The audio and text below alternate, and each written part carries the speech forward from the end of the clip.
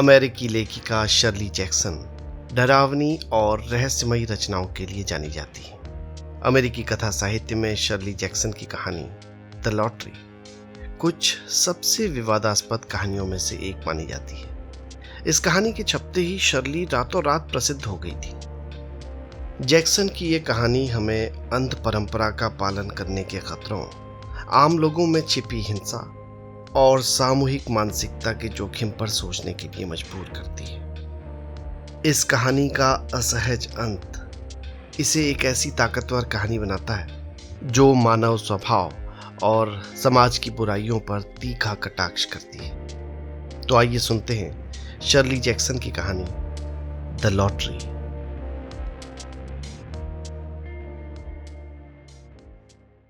27 जून की सुबह आसमान साफ और धूप खिली थी। गर्मी के मौसम में खूब सारे फूल खिले थे और सब जगह हरियाली छाई हुई थी। 10 बजे के आसपास गांव के लोग डाकघर और बैंक के बीच वाले मैदान में लॉटरी के लिए जमा होने लगे। कुछ गांवों की आबादी इतनी अधिक थी कि लॉटरी के कार्यक्रम में 2 दिन लग जाते थे, इसलिए इसे 26 जून को ही शुरू करना पड़ता था। लेकिन इस गांव में, जिसकी जनसंख्या लगभग 300 होगी, लॉटरी का संपूर्ण कार्यक्रम 2 घंटे में ही समाप्त हो जाता था। कार्यक्रम सुबह 10 बजे शुरू होता और इतने समय में निपट जाता कि गांव वाले घर जाकर आराम से दोपहर का खाना खा सकते थे। स्पष्ट है कि पहले बच्चे एकत्रित हुए। हाल ही में गर्मी की छुट्टियां हुई थी। अधिकतर बच्चे इस आज़ादी से बेचैनी सी महसूस कर रहे थे। थोड़ी देर तक वो खामोशी से एकत्रित होते रहे और फिर उनके हंगामे और शोरगुल शुरू हो गए। वे अभी भी स्कूल, क्लास, शिक्षकों और उनकी झिड़कियों के बारे में बात कर रहे थे। बॉबी मार्टिन ने अपनी जेबें पत्थरों से ठूंस रखी थी और जल्द ही दूसरे बच्चों की जेबें भी पत्थरों से भर गईं। उन्होंने गोल गोल चिकने चिकने पत्थर चुने। बॉबी, हैरी जोन्स और डिक्की डेलाक्रॉइक्स, गांव वाले उसे डेलाक्रॉय कहते थे, ने अंततः मैदान के एक कोने में पत्थरों का एक बड़ा सा ढेर जमा कर दिया। वे दूसरे बच्चों की लूटपाट से पत्थरों की सुरक्षा कर रहे थे। लड़कियां एक किनारे खड़ी आपस में गपशप कर रही थीं। वे कनखियों से लड़कों को देख लिया करती थीं। ज्यादा छोटे बच्चे धूल में लोटे लगा रहे थे या अपने बड़े भाई बहनों का हाथ पकड़े हुए थे। धीरे धीरे मर्द एकत्रित होने शुरू हुए। वे अपने बच्चों को देखते हुए बुआई, बारिश, ट्रैक्टर और टैक्स के बारे में बात कर रहे थे। पत्थरों के ढेर से दूर मैदान के एक कोने में वो एक साथ खड़े थे और आहिस्ता आहिस्ता हंसी मजाक कर रहे थे। वे हंसने से ज्यादा मुस्कुरा रहे थे। मर्दों के आने के थोड़ी देर बाद उनकी पत्नियां पहुंची। वे रोजाना के घरेलू कपड़े और स्वेटर पहनी हुई थीं। उन्होंने एक दूसरे को हेलो हाय किया और हल्की फुल्की गपशप के बाद अपने पतियों के पास जाकर खड़ी हो गई। जल्द ही इन औरतों ने अपने बच्चों को पास बुलाना शुरू कर दिया। बच्चे 4-5 बार पुकारने के बाद बेमन से उनसे आ मिले। बॉबी मार्टिन अपनी मां के हाथों के नीचे से सरक कर निकल गया और हंसता हुआ वापस पत्थरों के ढेर की तरफ भागा। उसके पिता ने डांट कर उसे बुलाया तो वो जल्दी में आकर पिता और बड़े भाई के बीच में खड़ा हो गया। स्क्वायर डांस, युवा क्लब और हैलोवीन प्रोग्रामों की तरह लॉटरी के कार्यक्रम का संचालन भी मिस्टर समर्स करते थे। इन सामाजिक कार्यक्रमों के लिए उनके पास पर्याप्त समय था और पर्याप्त ऊर्जा भी। वे गोल चेहरे और हंसमुख स्वभाव के व्यक्ति थे। लोगों को उन पर बहुत तरस आता था क्योंकि उनके कोई संतान नहीं थी और उनकी पत्नी बहुत बदमिजाज और चिड़चिड़ी थी। जब मैदान में वे एक लकड़ी का काला बॉक्स लिए पहुंचे, गांव की भीड़ में भिनभिनाहट भरी आवाज उभरी। उन्होंने हाथ हिलाते हुए कहा, सज्जनों, आज थोड़ी देर हो गई।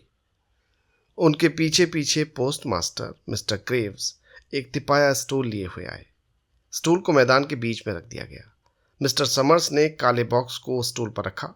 गांव वालों ने उनसे दूर खड़े होकर अपने और स्टूल के बीच एक दूरी बनाए रखी। मिस्टर समर्स ने जब पूछा, आप में से कोई हमारा हाथ बटाना चाहेगा, तो लोग असमंजस में दिखे।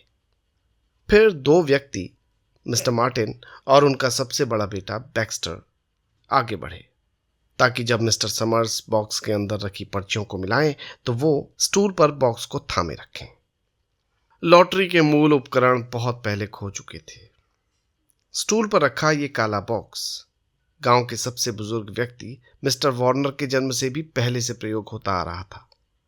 मिस्टर समर्स गांव वालों से अक्सर नए बॉक्स बनवाने की बात उठाते थे, लेकिन किसी को भी परंपरा में इतना सा भी परिवर्तन गवारा नहीं था। इस बारे में एक कहानी भी थी कि वर्तमान बॉक्स में इसके पहले वाले बॉक्स के कुछ टुकड़े लगे थे और भूतपूर्व बॉक्स उस समय बना था जब इस गांव को आबाद करने के लिए कुछ लोग यहां पर आकर बसे थे। हर साल लॉटरी के कार्यक्रम के बाद मिस्टर समर्स फिर नए बॉक्स की चर्चा करते थे, लेकिन हर साल बिना कुछ किए ही ये चर्चा धीरे धीरे लुप्त होती जाती थी। साल दर साल काला बॉक्स और भी जर्जर होता गया। अब तो ये पूरी तरह काला भी नहीं रह गया था। इसके एक तरफ की लकड़ी बुरी तरह से उखड़ गई थी, जिससे असली लकड़ी का रंग दिखता था। कहीं कहीं बॉक्स का रंग उड़ गया था और उस पर धब्बे से पड़ गए थे। मिस्टर मार्टिन और उनके बेटे बैक्स्टर ने काले बॉक्स को स्टूल पर तब तक थामे रखा जब तक मिस्टर समर्स ने अपने हाथों से पर्चियों को पूरी तरह मिला नहीं दिया।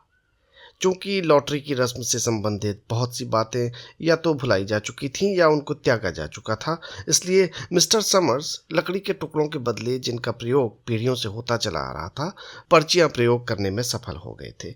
उनका तर्क था कि लकड़ी के टुकड़े उस समय बिल्कुल उचित थे जब गांव बहुत छोटा था, लेकिन अब जबकि गांव की आबादी 300 लोगों से अधिक थी और इसमें और भी वृद्धि की संभावना थी, इसलिए किसी ऐसी वस्तु का प्रयोग आवश्यक था जो बॉक्स में आसानी से समा सके।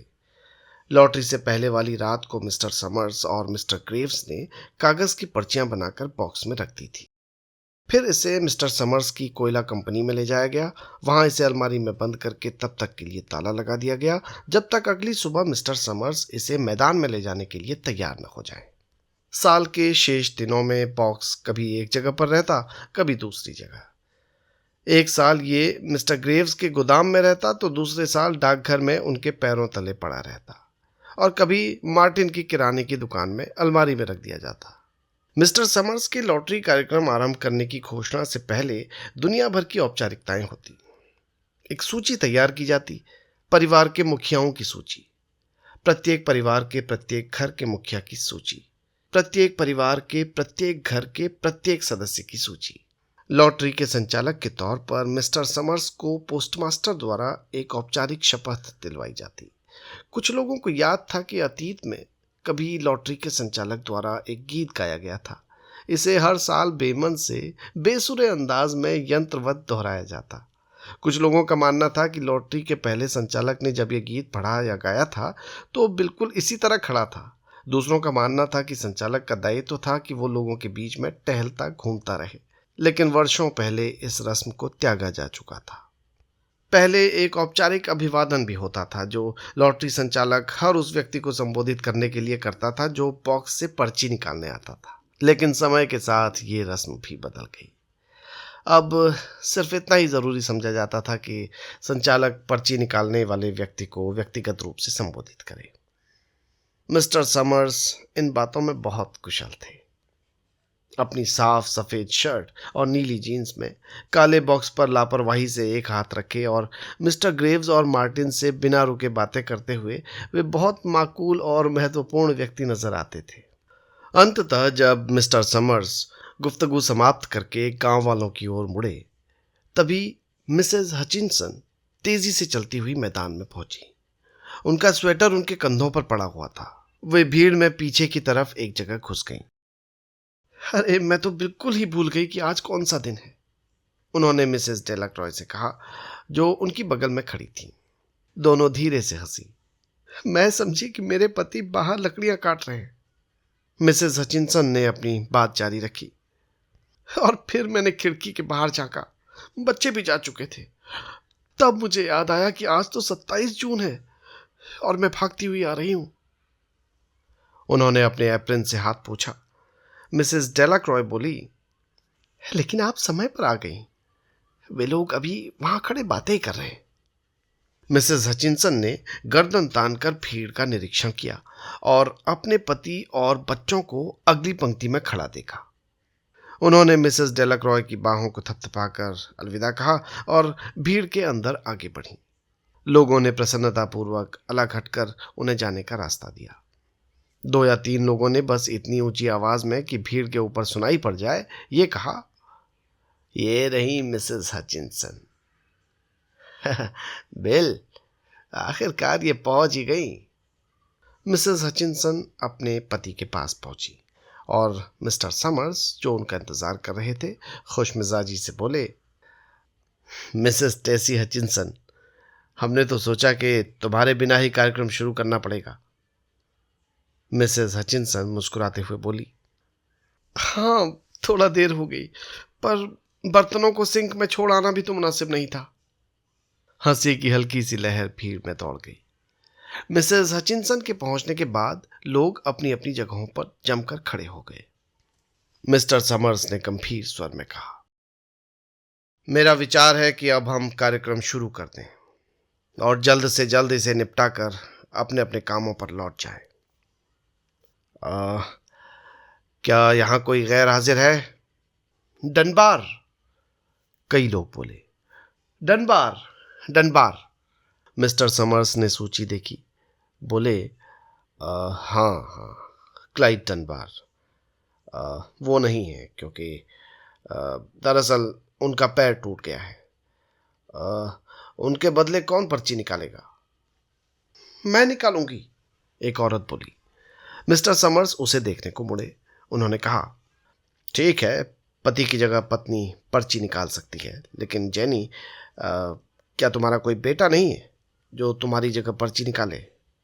हालांकि मिस्टर समर्स और गांव के हर व्यक्ति को जवाब अच्छी तरह मालूम था, लेकिन लॉटरी के संचालक का दायित्व था कि वो ऐसे औपचारिक प्रश्न पूछे। मिस्टर समर्स ने आदरपूर्वक मिसेस डनबार यानी जेनी के जवाब का इंतजार किया। वे हसरत भरे स्वर में बोली, होरे सभी 16 बरस का नहीं हुआ। इस साल मुझे ही पति की जगह लेनी पड़ेगी। ठीक है, मिस्टर समर्स बोले। उन्होंने अपने हाथ में पकड़ी सूची में कुछ लिखा, फिर पूछा, वॉटसन परिवार का कोई मर्द इस साल पर्ची निकाल रहा है? भीड़ में एक लंबे लड़के ने हाथ उठाकर कहा, जी जनाब, अपनी और अपनी मां की ओर से मैं पर्ची निकालूंगा। बहुत अच्छा, मिस्टर समर्स बोले। तो मेरे विचार से हम तैयार हैं।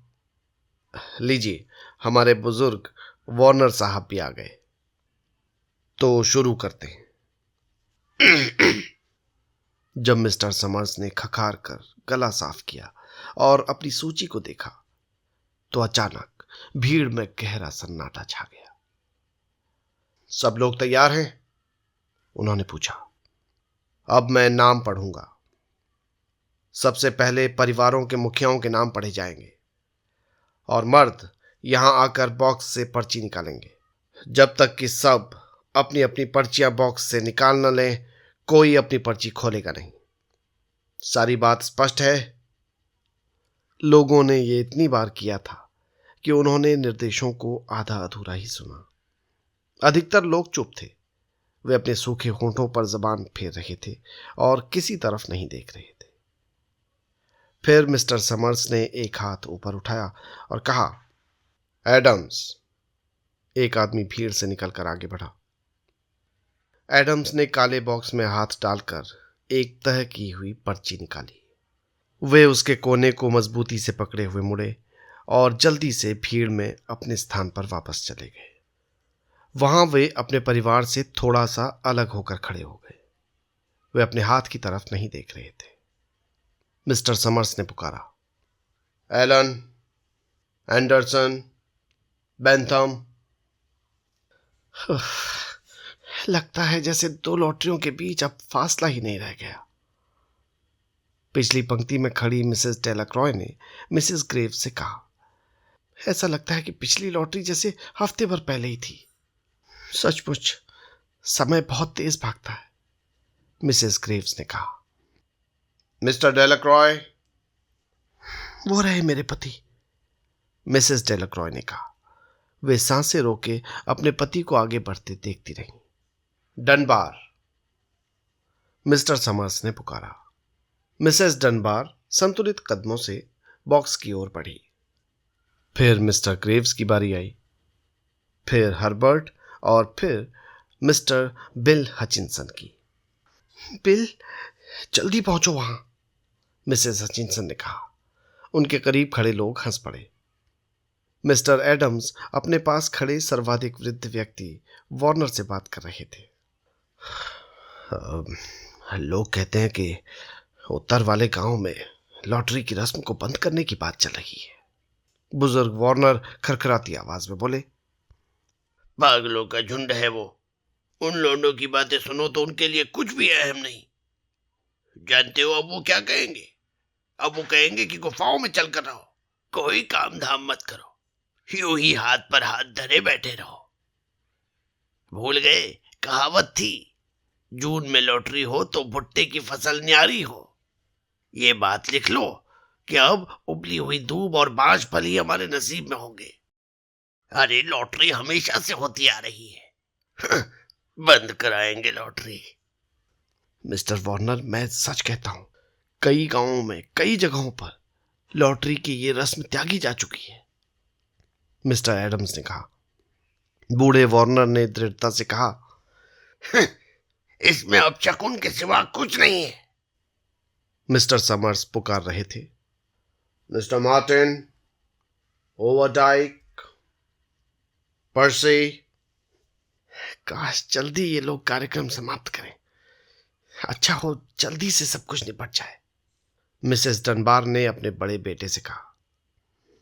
बस समाप्त होने को ही है, उनका बेटा बोला। मिस्टर समर्स ने अब खुद अपना नाम पुकारा और फिर नपे तुले कदमों से आगे बढ़कर बॉक्स से एक पर्ची चुनी। फिर उन्होंने पुकारा, मिस्टर वार्नर। लॉटरी का ये मेरा 77वां वर्ष है, बूढ़े वार्नर ने भीड़ में से गुजरते हुए कहा। जब वे लोग अपनी पर्चियां निकाल चुके, उसके बाद एक लंबा अंतराल था, एक ऐसा अंतराल जिसमें भीड़ की सांसें थम सी गई थी। फिर मिस्टर समर्स ने अपने हाथ में पकड़ी हुई पर्ची को ऊपर उठाकर कहा, साथियों, अब अपनी पर्चियां खोलिए। 1 मिनट तक कोई हिला नहीं। फिर सारी पर्चियां खोली गई। अचानक सारी औरतें एक साथ बोलने लगीं, किसको मिली, किसको मिली वो पर्ची? पर्ची किसको मिली? डनबार को मिली क्या? वॉटसन को? नहीं नहीं, हचिंसन को मिली। हचिंसन को? बिल हचिंसन को मिली है पर्ची। लोग मुड़ मुड़ कर मिसेस हचिंसन को देखने लगे। बिल हचिंसन चुपचाप खड़े थे और अपने हाथ की पर्ची को घूरे जा रहे थे। अचानक Mrs Tessy Hutchinson mister summers पर चिल्लाई, आपने आपने इनको इतना समय नहीं दिया कि ये अपनी मर्जी से पर्ची निकालते। मैंने देखा था, यह अन्याय है, नाइंसाफी है। टेसी, बचकानी बातें मत करो, मिसेस डेलाक्रॉय बोली। और मिसेस ग्रेव्स बोली, हम सब ने बराबर का जोखिम उठाया था। मिस्टर बिल हचिंसन ने कहा, चुप भी करो टेसी। मिस्टर समर्स ने कहा, तो उपस्थित सज्जनों, पहला चरण तो बहुत शीघ्र समाप्त हो गया। अब हमें थोड़ी और जल्दी करनी होगी ताकि सब कुछ समय पर निपट जाए।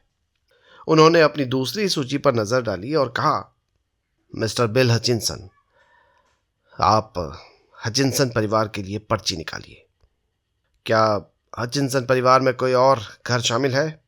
मिसेस हचिंसन चीखी, टॉन और ईवा हैं, उनसे भी पर्ची निकलवाइए। बेटियां अपने पतियों के परिवार के साथ पर्ची निकालती हैं टेसी, मिस्टर समर्स ने नरमी से कहा। सबकी तरह तुम भी ये बात जानती हो, टेसी बोली। ये अन्याय है, मिस्टर बिल हचिंसन ने दुखी स्वर में कहा। और कोई नहीं है मिस्टर समर्स, मेरी बेटी अपने पति के परिवार के साथ पर्ची निकालती है, यही उचित भी है। बच्चों के अतिरिक्त मेरे पास और कोई नहीं है।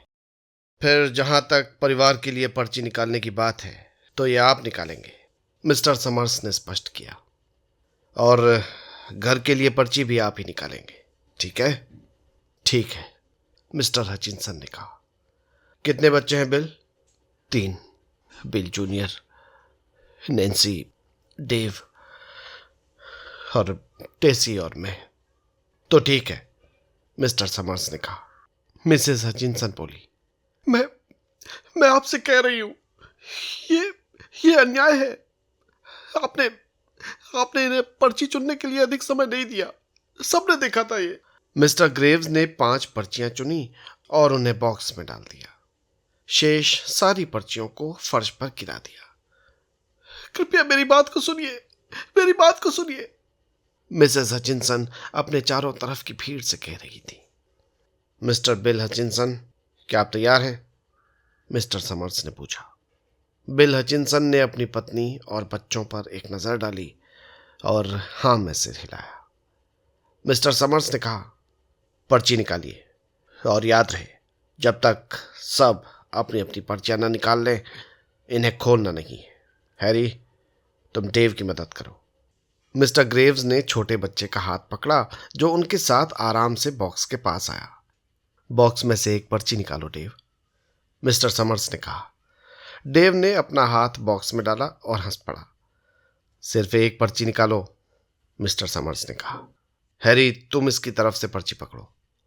मिस्टर हैरी ने बच्चे का हाथ पकड़ा और उसकी सख्ती से बंद मुट्ठी में से पर्ची निकालकर अपने हाथ में ले ली। छोटा सा डेव उनके पास खड़ा उनको हैरानी से देखता रहा। अब नैन्सी की बारी है, मिस्टर समर्स ने कहा।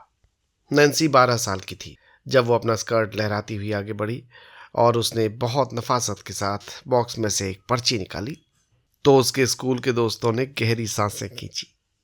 बिल जूनियर, मिस्टर समर्स ने कहा। बिल जूनियर लाल चेहरे के साथ लंबे डग भरता हुआ आगे बढ़ा और पर्ची निकालते समय बॉक्स को ठोकर मारते मारते बचा। Mrs Tessy Hutchinson. Mrs Hutchinson 1 minute तक हिचकिचाई, विद्रोहपूर्ण तेवर से इधर उधर देखा, फिर होंठ भींचकर बॉक्स की ओर बढ़ी। उन्होंने बॉक्स से एक पर्ची जल्दी से उठाई और अपने पीछे छिपा ली। Mister Bill Hutchinson, mister Summers ने कहा। मिस्टर हचिंसन ने बॉक्स में हाथ डालकर टटोला। अंततः हाथ बाहर निकाला तो उसमें एक पर्ची थी। भीड़ खामोश थी। एक लड़की फुसफुसाई, ईश्वर करे नैन्सी को न मिली हो। उसकी फुसफुसाहट भीड़ के अंतिम छोर तक सुनी गई। अच्छा, अब पर्ची खोलिए। हैरी, तुम बच्चे डेव की पर्ची खोलो। मिस्टर ग्रेव्स ने पर्ची खोली। उन्होंने हाथ ऊपर उठाया तो भीड़ ने लंबी सांस ली। सबने देखा कि पर्ची कोरी थी। नैन्सी और बिल जूनियर ने अपनी पर्चियां एक साथ खोली और दोनों खुलकर हंस पड़े। वे भीड़ की तरफ मुड़े। उनके सिर के ऊपर उनकी कोरी पर्चियां थीं। Mrs Tessy Hutchinson, mister Summers ने कहा। एक निस्तब्ध मौन। फिर मिस्टर समर्स ने बिल हचिंसन की ओर देखा। बिल ने अपनी पर्ची खोलकर दिखाई, वो भी कोरी थी। तो टेसी को मिली, मिस्टर समर्स ने कहा। फिर धीमी आवाज में बोले, बिल, हमको टेसी की पर्ची दिखाओ।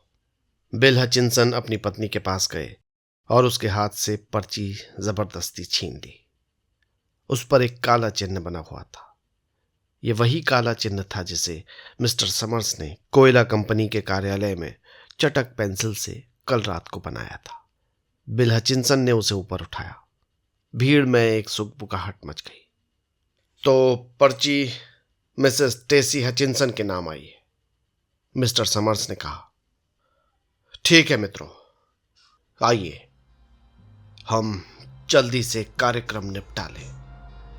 हालांकि गांव वाले बाकी रस्में भूल चुके थे और असली काला बॉक्स भी खो चुका था, लेकिन वे पत्थरों के प्रयोग से अभी भी वाकिफ थे। पत्थरों का ढेर तैयार था जिसे बच्चों ने सुबह ही जमा कर दिया था। फर्श पर भी पत्थर बिखरे थे जिन पर वो पर्चियां थीं जो बॉक्स में गिराए जाने के बाद उड़कर उनसे उलझ पड़ी थी। मिसेस डेलाक्रॉय ने एक पत्थर चुना जो इतना बड़ा था कि उन्हें दोनों हाथों से उठाना पड़ा। वे मिसेस डनबार की तरफ पलटी। आइए जल्दी कीजिए। मिसेस डनबार के दोनों हाथों में छोटे छोटे पत्थर थे। उन्होंने फूली हुई सांसों के दरमियान कहा, मैं दौड़ नहीं सकती, आप आगे जाइए, मैं पहुंचती हूं। बच्चों के पास पहले से ही पत्थर थे। किसी ने छोटे से बच्चे डेव हचिंसन को भी कुछ पत्थर पकड़ा दिए थे। मिसेस टेसी हचिंसन अब मैदान के बीच में खड़ी थी। जब गांव वाले उनकी तरफ बढ़े तो उन्होंने हताशा से अपने हाथ उनकी ओर दया के लिए फैलाए। ये अन्याय है। एक पत्थर उनके सिर से टकराया। बूढ़ा वार्नर कह रहा था, आइए आइए, सब लोग आ जाइए। गांव वालों की भीड़ में स्टीव एडम्स सबसे आगे थे और मिसेस ग्रेव्स उनके बगल में थी। ये अन्याय है, ये ठीक नहीं है, ये अन्याय है, मिसेस हचिंसन चीखी और फिर सब उन पर टूट पड़े।